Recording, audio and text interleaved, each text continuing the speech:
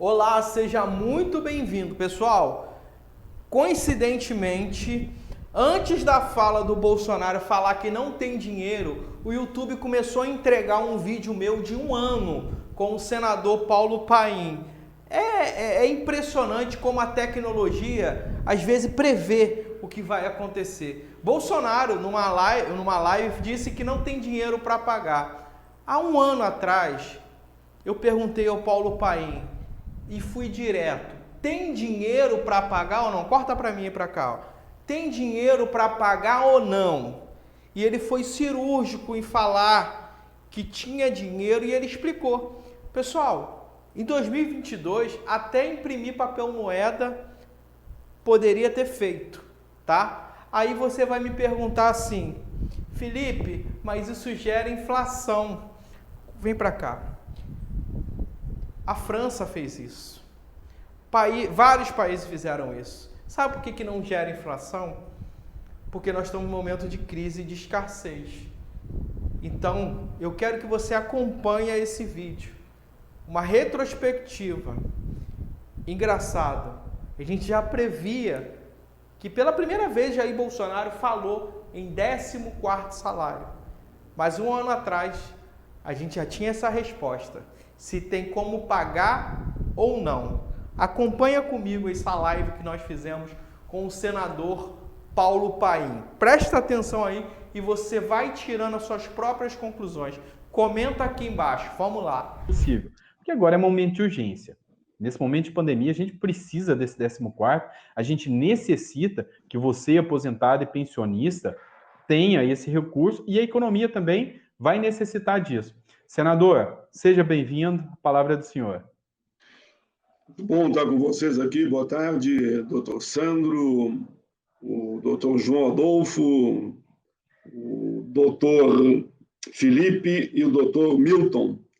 É uma alegria voltar aqui nesse espaço tão nobre que os temas que vocês tratam aqui repercutem a nível nacional. Você pode saber que lá no meu Rio Grande repercutiu muito bem e hoje as pessoas estavam me avisando que está me assistindo hoje aqui.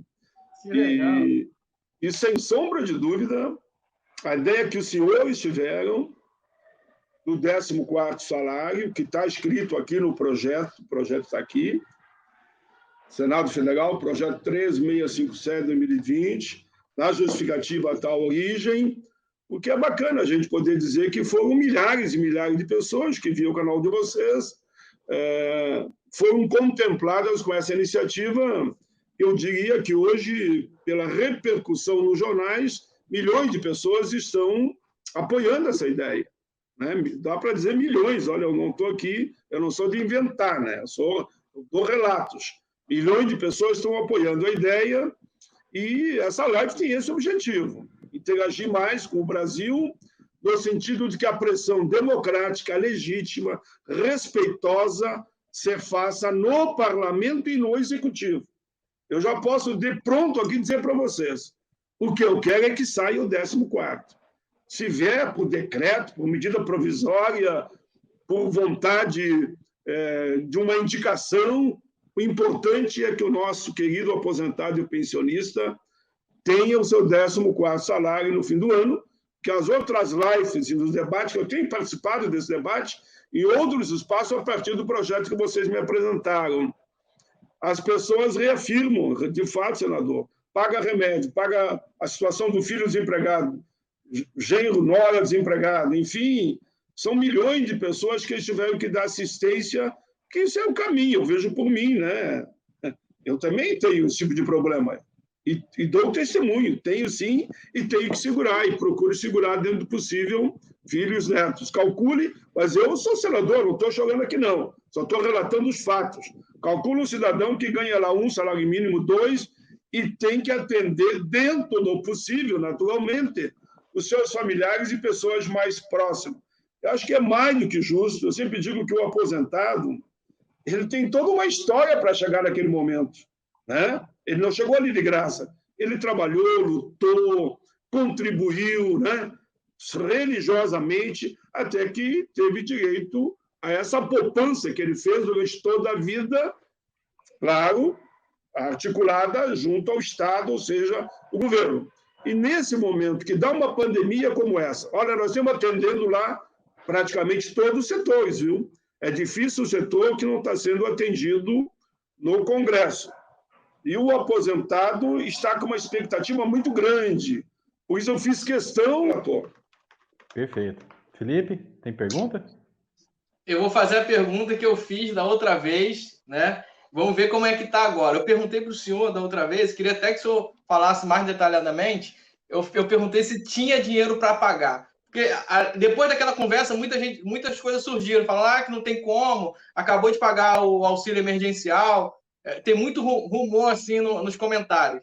E aí, continuo perguntando. Depois disso tudo, chegaram até o senhor, tiveram algum estudo, falando, não, tem dinheiro para pagar, não tem. O senhor deu até o exemplo de imprimir moeda. Ainda continua, o senhor continua ainda com essa mesma ideia? Chegaram a se aprofundar sobre... Fizeram algum levantamento sobre isso? Tem condição de pagar? Que é o mais importante também, né? A questão de...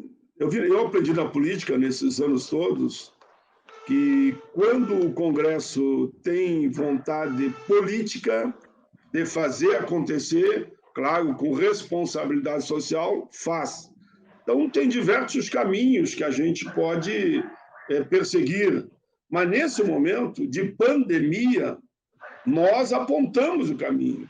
Que o presidente dizia, o governo dizia, né? Olha, vocês estão apontando isso, aquilo, apontem a fonte.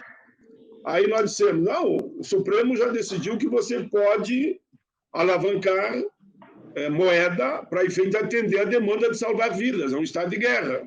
Ele disse, não, sem uma proposta oficial do Congresso, eu não farei isso.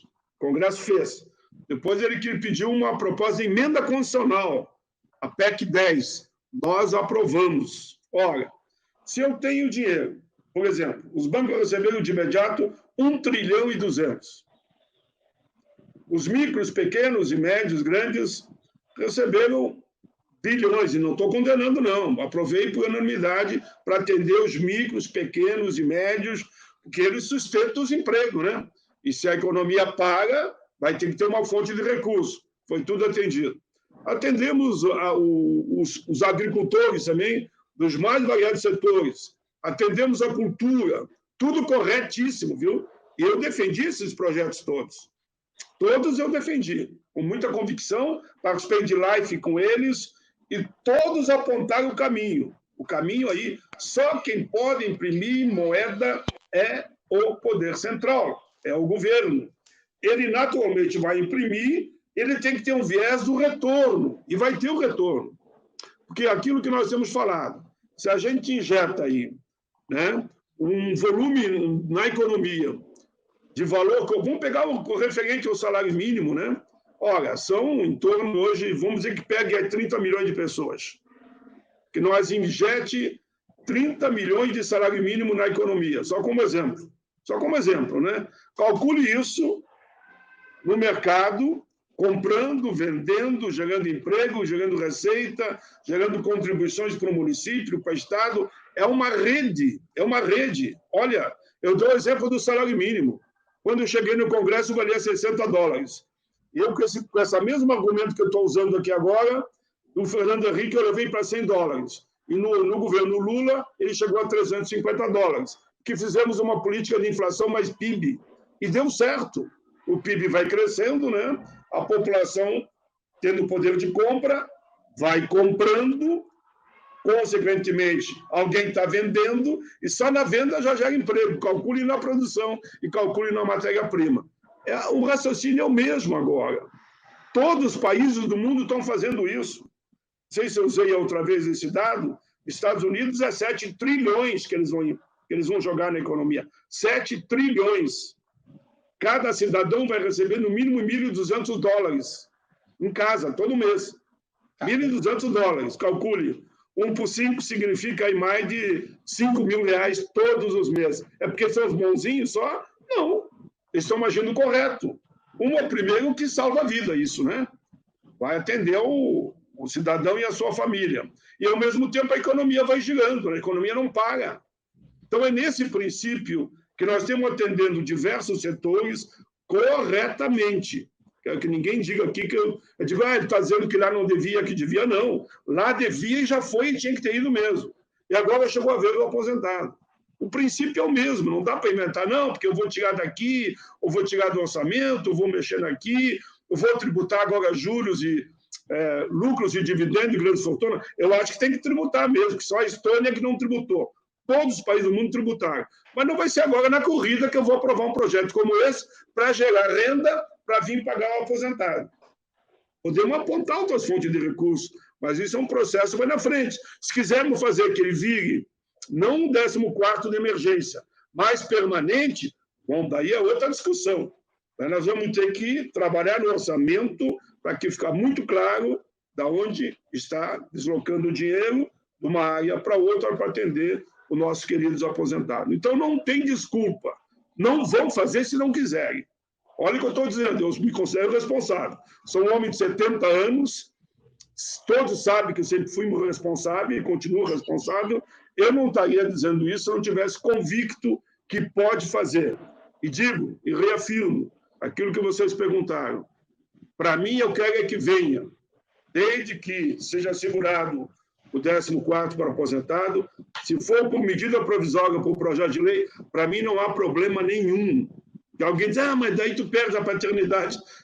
Eu já ganhei a paternidade porque eu amo a ideia. Se tu ama a ideia, tu já é pai. Nós somos todos pais da ideia, né? Do princípio, da filosofia de fazer o bem sem olhar quem. Agora, quem vai assinar lá, não é problema. Não é problema. Assine quem quiser, desde que pague os aposentados.